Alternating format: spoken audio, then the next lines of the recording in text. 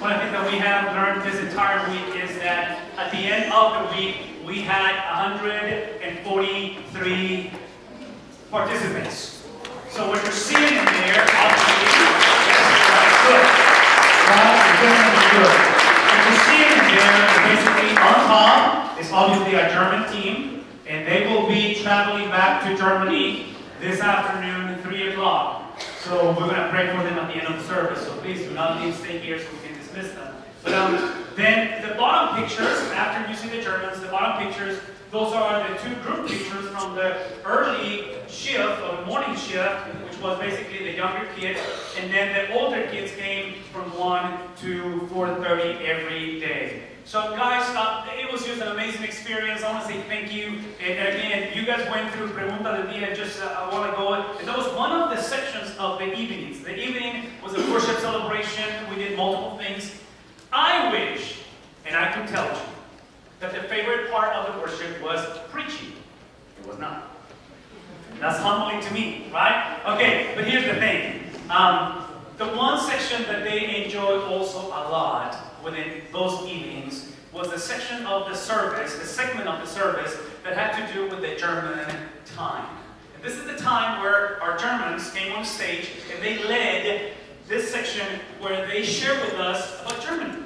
Culture, understandings, views, videos, pictures. Well, on the third evening, if you were with us, which means Tuesday was the first one, then we went to Wednesday, Thursday evening, the Germans, they created a presentation on the screen that had to do with idioms. Had to do with those phrases that, you know, number one, you gotta really be kind of an indigenous person. You have to know the culture a little deeper. And this is the section where they use some of these phrases that if you try to translate them, you're in trouble. Because they don't make sense. So I'll give you an example. And the Germans did a great job, okay? Most of them, they were just on the screen and put it in English, make no sense. But we were privileged to host 2 Germans this week, and ironically, both of them with marriage and families. One of them has 3 boys, and the other one has 3 daughters. So when we were talking about parenting and family and children, I reminded Peter, which is the one with the 3 daughters, because obviously there's a wife, 3 ladies, young ladies, and then himself. So family of 5, he's the only male, and I told him, I said, you are the king of the jungle.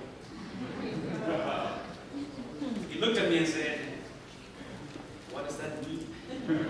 I said, I'm going to translate for you. That you do everything your wife tells you. I'm just saying, that's not what I said. That's not what I said, but he spent a week in my house, so he saw it in action. I am the king of the jungle. Well, that's what she told me this morning, to say that I am. That's what I'm saying this. But here's the thing, that's a perfect example of this kind of idioms that we went through. Well, you know, as we went through that Thursday night, I couldn't help it. This is what, it was just in the back of my mind because I love to get to know our Germans and spend time with them, and we did. But especially for me, personally, is because of my trajectory. My trajectory, as some of you know, I came to the States in 1990. And when I came in 1990, not being born in this country, not coming from a context of border towns, like many of you come from the border, or you were born in this area, that wasn't my case. So me, for the first time, I was just introduced to this culture. Needless to say, that in 1990, 90 to 92, I was introduced to the Valley. So I almost made it to the United States. I only made it to the Valley. Those 2 years. And I was introduced to the culture. So I came here, and again, totally naive, no background, again, no language skills. I'm 17 years of age, which implies worldview is already made. I mean, I'm basically a young adult. So when I came, if you can picture with me the stages right now with multiple levels, we're going to call the top number 4. The second one is number 3, 2, and obviously 1. When I came, I was a level 1. Implication, culture and language, 0. Naive, ignorant, nothing. That was me. I went through an intense training of 2 years of ESL, English as a Second Language. I know some of you are thinking that didn't work. Alright, it's okay, I'm cool with that. I got my brothers and disregard. So totally just ignorant of the deal. I eventually went to what I will call level 2. Level 2 is when I finished my ESL training, I thought I was pretty hot. Like I thought I was ready to take on this country, man. I was just give me a crowd, give me a Bible, and I'll share Jesus in English. That was my thought. So I go and live Harlingen, Texas, to go into a different country. It's called East Texas. So now I go to East Texas, and I spend, well, I was on the five-year plan in college, so I went to college for 5 years, and I go into ETBU, East Texas Baptist University, thinking that I knew English. No, it was a challenge, man. I'm not good at academics, so for me it was a major challenge. I realized that I only thought that I knew English. So that's stage 2. No English, I thought I knew English. Then, 1997, finished college, talked to Areli, and I said, hey, are you ready to do this like the real deal? Let's seal the deal, baby. Got married. Now, for the previous 7 years as an international student, every summer, travel from Harlingen or East Texas to Matamoros, getting to the American consulate, present my Mexican passport with my student I-20 and visa, and God, through the mercy of God, got a stamp from the American consulate and said, welcome back to the States, go and finish your education. 7 years of that. 1997, I engaged with this young lady, and she is a U.S. citizen. And when you are not a U.S. citizen, and you marry a U.S. citizen, something happens. You become a U.S. citizen. So level 3, after being totally naive, thinking that I knew, now I am officially, in 2000, the year 2000, became a citizen of the United States of America. I belong. I was part of the crew. I was part of the tribe. Level 4 is what happened to me later. I'm going through my seminary student studies. I'm trying to finish this baby, and I'm like, oh, my second child is born. Gotta finish this. I don't want to school forever. And I'm there, and I still remember the evening. It was just a gorgeous night. I'm sleeping, and I'm starting to dream, and dream, and dream. And for the first time, I'm dreaming in English. So what you need to understand is, when you don't know the language, right? Level 1, you don't know the language. Level 2, now you think you know the language, but what happens is, and again, my German brothers appreciate this.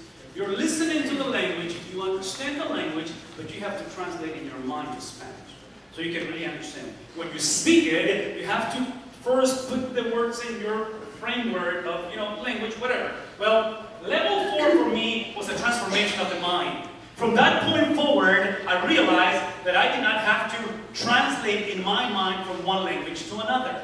I was able to think in English. I was able to listen to English without translating in my mind. Everybody with me? See, for some of you, this is foreign. That's cool. That's fine. But for some of us, this is life. This is the journey. We have spent 4 weeks. This is our 5th week going through the book of Romans. Because Paul, the writer of Romans, he basically taught us, he basically introduced to us that in chapter 1, he basically looked at humanity and said, you are level 1. You are ignorant. You are naive. He uses the word deprived. You are just at the bottom of the deal, and you think. You don't know God, and you don't care. You're just lost. And basically, he was somehow describing Gentiles, those who were not Jewish. Level 2, we went through this on week 2. On week 2, we discovered that those who were on level 1, they moved themselves, not God, themselves to level 2, because now they were still lost, but now they were moral people. This is the type of person that they look like a Christian, they talk like a Christian, they even listen to Christian music, but in the heart, there's still no change here. No change. In your mind, you still make decisions through the lenses of your culture, of your personal situations, of your preferences, versus the lenses of the Bible. This is the people that they know God conceptually. They know God doctrinally. They know God because Mama told them about it, because the preacher tells them about it, but they never read the Bible. They never made a decision to follow Jesus wholeheartedly, and they haven't been changed. That's level 2. That was me. I thought I knew English. No, I didn't. Level 3, which was week 3 for us, is where Paul spoke to Jews. This is the people that they should have known better. This is the people that grew up in this whole culture of embracing the law, and unfortunately, they fell in love with the law, with the commandments, versus falling in love with the God of the commandments. This is the people that they literally thought that they were elite, VIP, that they were better than anybody else, that they were kind of just the elite of culture. So that's how I felt when I became a U.S. citizen. Now I go to Matamoros because I want to. Yeah. All right, so that was number 3. Now, number 4, which is the transformation of the heart, that's where Paul introduced for us this very well-known passage from Romans chapter 1, beginning of verse 16. Now, before you read that, look at me for a second, before you read it. The implication of verse 16 is that level 1 people, lost. Level 2 people, lost but morals. Level 3 people, Jews, all 3 groups, they were ashamed of the gospel. They were ashamed of Jesus. They only agreed to see Jesus as a savior, but they did not follow his teachings. And then when they tried to follow teachings of Jesus, they conveniently, they put him in whatever was beneficial to them. Everybody with me on this? All 3 levels, Paul says, because obviously Paul is in the 4th level. Paul is being transformed. He says, I'm not ashamed. You are ashamed. I'm not ashamed of the gospel. And this is why. The reason why I'm not ashamed is because this gospel is the TNT, dynamite, the power of God. And this is just crazy news because, think about it. The common denominator, whether you're in a 3, you're in a 2, or you're in 1, here's the common denominator. Every one of these levels, they always operated based on their power and their knowledge and their strength. And Paul is saying, if you're going to end up at level 4, you have to begin with this. It's not your power, it's God's power. Now, let me explain to you this very clearly. This is huge. There is no way in heaven, right now, you can begin the conversation assuming that you are level 4. Doesn't begin like this. Level 4 people.